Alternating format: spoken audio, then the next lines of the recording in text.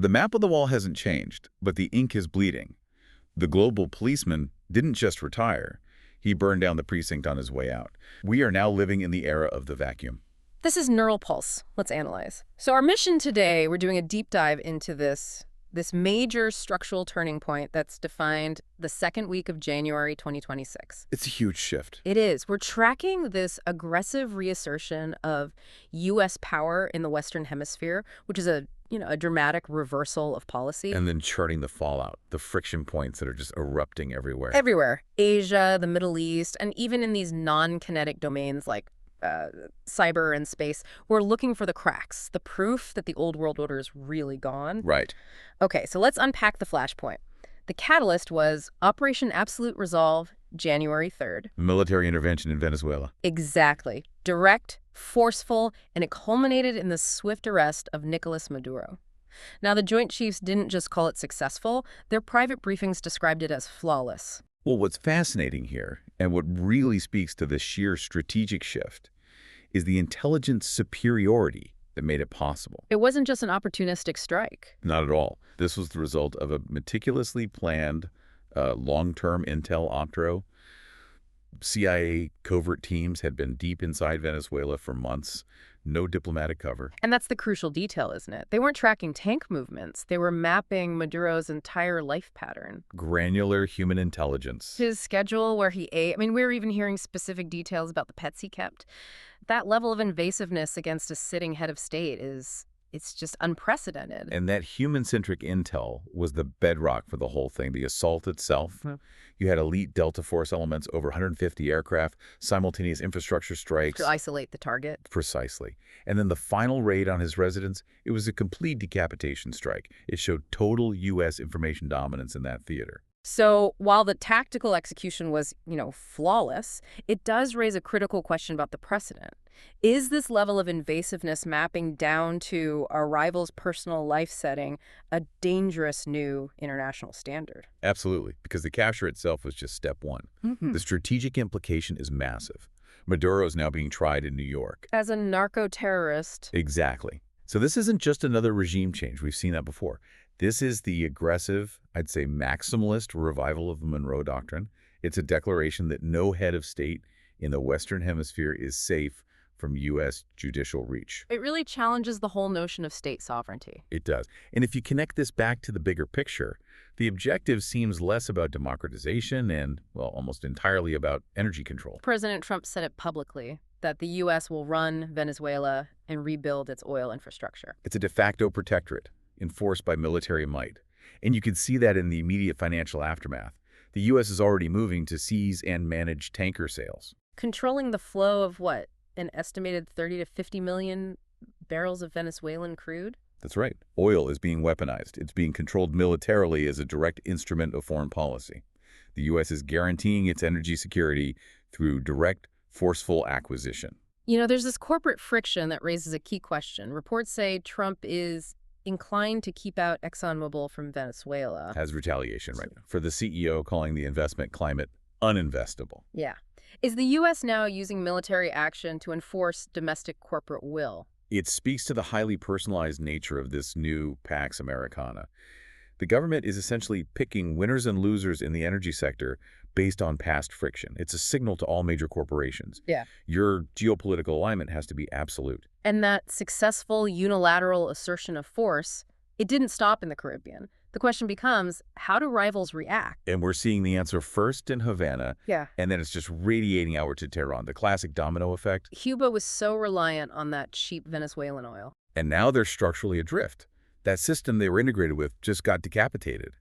So Trump leverages that, issues a stark warning on social media. Make a deal before it is too late. The clock is ticking for Havana. Loudly. And at the same time, you see the Iranian regime under massive internal pressure.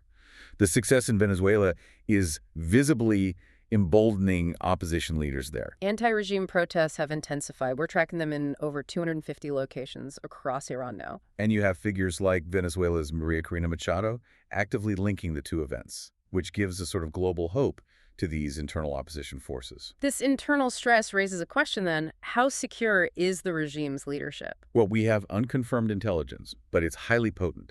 It suggests Supreme Leader Ali Khamenei is actively preparing a plan for potential exile. To Russia.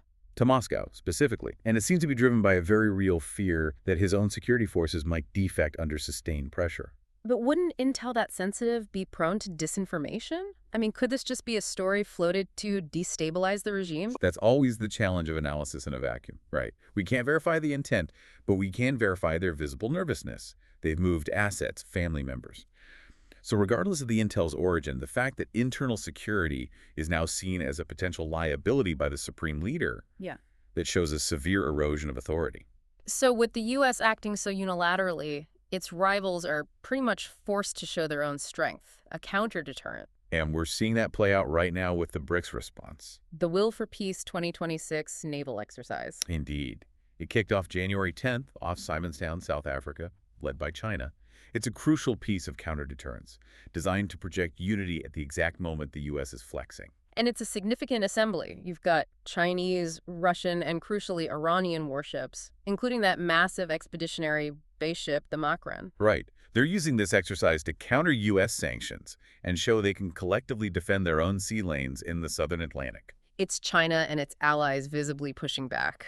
It's an explicit counter to the revival of the Monroe Doctrine. They're signaling that if the U.S. controls one hemisphere, they'll protect their interests in another. Let's shift east, because while that's happening in the Atlantic, Asia is seeing a decisive economic fracture, the rare earth war. And this one started with words, when Japanese Prime Minister Takaichi suggested the self-defense force could intervene in a Taiwan conflict. China's retaliation was instantaneous and total. On January 6th, they imposed an immediate export ban on Japan for all military transferable items. But crucially, they targeted rare earths. Neodymium, dysprosium, and the finished magnets made from them. It's a total economic embargo. It's designed to deliver maximum pain. And it's a devastating blow to Japan's high-tech future. I mean, especially their EV and auto sectors. We have a few months of inventory, sure. But securing alternative, long-term, non-Chinese sources, that's not a short-term fix. Our sources say achieving that will take years of massive investment. The market data confirms the shock. The rare earth price index has just surged. We're seeing the permanent widening of what's called the rare earth value gap. That's the cost difference between domestic processing and China's state-controlled monopoly. By imposing the ban, China is aggressively widening that gap to force compliance. And the political consequence is that PM Takaichi is now considering a high-stakes snap general election. Maybe February 8th or 15th. She's looking to turn this into a national mandate for her hardline stance, to accelerate that painful but now necessary decoupling from Beijing. So if conventional force is back in the Atlantic, we need to look at the domains where that force offers, well, zero protection. The digital and orbital realms, that's where the greatest vulnerabilities are in this vacuum. The lines between peace and conflict are completely blurred here. Just look at the fallout from the Jaguar Land Rover cyber attack. That was months ago, and the financial numbers are still devastating. Wholesale volume slumped 43%. Retail sales dropped 25%. Total UK losses estimated at around $2.5 billion. It's a textbook case of a digital attack inflicting crippling physical damage. And our adversaries are getting smarter. They're constantly evolving their toolkits. Iran's state-backed Muddy Water group, for example. They've introduced Rusty Water. That's new malware written in the Rust programming language. Which isn't just a language switch. Rust is specifically designed to improve detection evasion. They're using it in targeted attacks against Middle Eastern communications and diplomatic targets. It's a huge leap in their non-symmetric capabilities. We're also seeing criminal enterprises mirroring this sophistication. In Brazil, the Astaroth banking Trojan has been weaponized with a worm function. It spreads through the victim's WhatsApp contacts, so they don't have to target individually anymore. They exploit social trust. Your own contact list becomes the delivery system for massive fraud. And then finally, the ultimate frontier, space. Yeah. We had a critical incident on January 8th that shattered 25 years of normal operations. Right. NASA ordered the unprecedented early return of the Crew 11 mission from the ISS. Due to a severe but unspecified medical emergency with a crew member. Splashdown is set for January 15th. This is a sobering, historic moment. The first ever medical evacuation in the entire history of the ISS. It's a stark reminder of the extreme medical risks of long-duration spaceflight, and just how thin the margin for error is for any future mission to Mars. Let's bring the lens back home to the domestic engine driving this, U.S. fiscal policy. All this global action is being funded by unprecedented government spending, The One Big Beautiful Bill Act, or OBBA, is now in effect. permanently extending the 2017 tax cuts. This is Trumpnomics 2.0. Beyond the tax relief, it includes exemptions for tips and overtime until 2028. A clear populist move. But the biggest long-term mechanism might be the Trump accounts. Right. These are federally funded tax-free investment accounts. They start with a $1,000 contribution for every child born since 2025. It's an immediate, massive investment in future capital formation, an attempt to lock in a new generation of market participants. But the fiscal risk is immense. These measures are projected to expand the U.S. deficit by roughly $3 trillion over the next decade. And that debt is the economic backdrop for all this global instability. When BRICS is trying to counter the dollar, how is the U.S. planning to fund this? Exactly. So with the U.S. challenging sovereignty globally while expanding its own debt, how are global investors and the super wealthy hedging? We're seeing a clear flight to decentralized, non-sovereign assets. Bitcoin is trading extremely high, around $90,700. And analysts are predicting it could hit a new all-time high of $126,000 by the end of the month. It's driven by two things: deep institutional interest and this perceived pro-crypto sentiment out of Washington. Investors are seeking stability outside government control. And for those with the deepest pockets, the ultimate hedge is, well, literal physical security. We're seeing a new trend: survival investment. A rapid surge in demand among the ultra-rich for luxury armored bunkers, specifically in stable, remote places like New Zealand. And these aren't just safe rooms.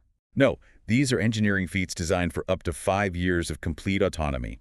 The wealthy are literally preparing for a period of global disorder, a vacuum where state protection just can't be guaranteed. So the question isn't, will there be war? The question is, who stops them? No one. In the vacuum, force is the only law. As you process all this, you need to monitor 3 key flashpoints this week. First, the outcome of the NASA Crew 11 emergency return on January 15th.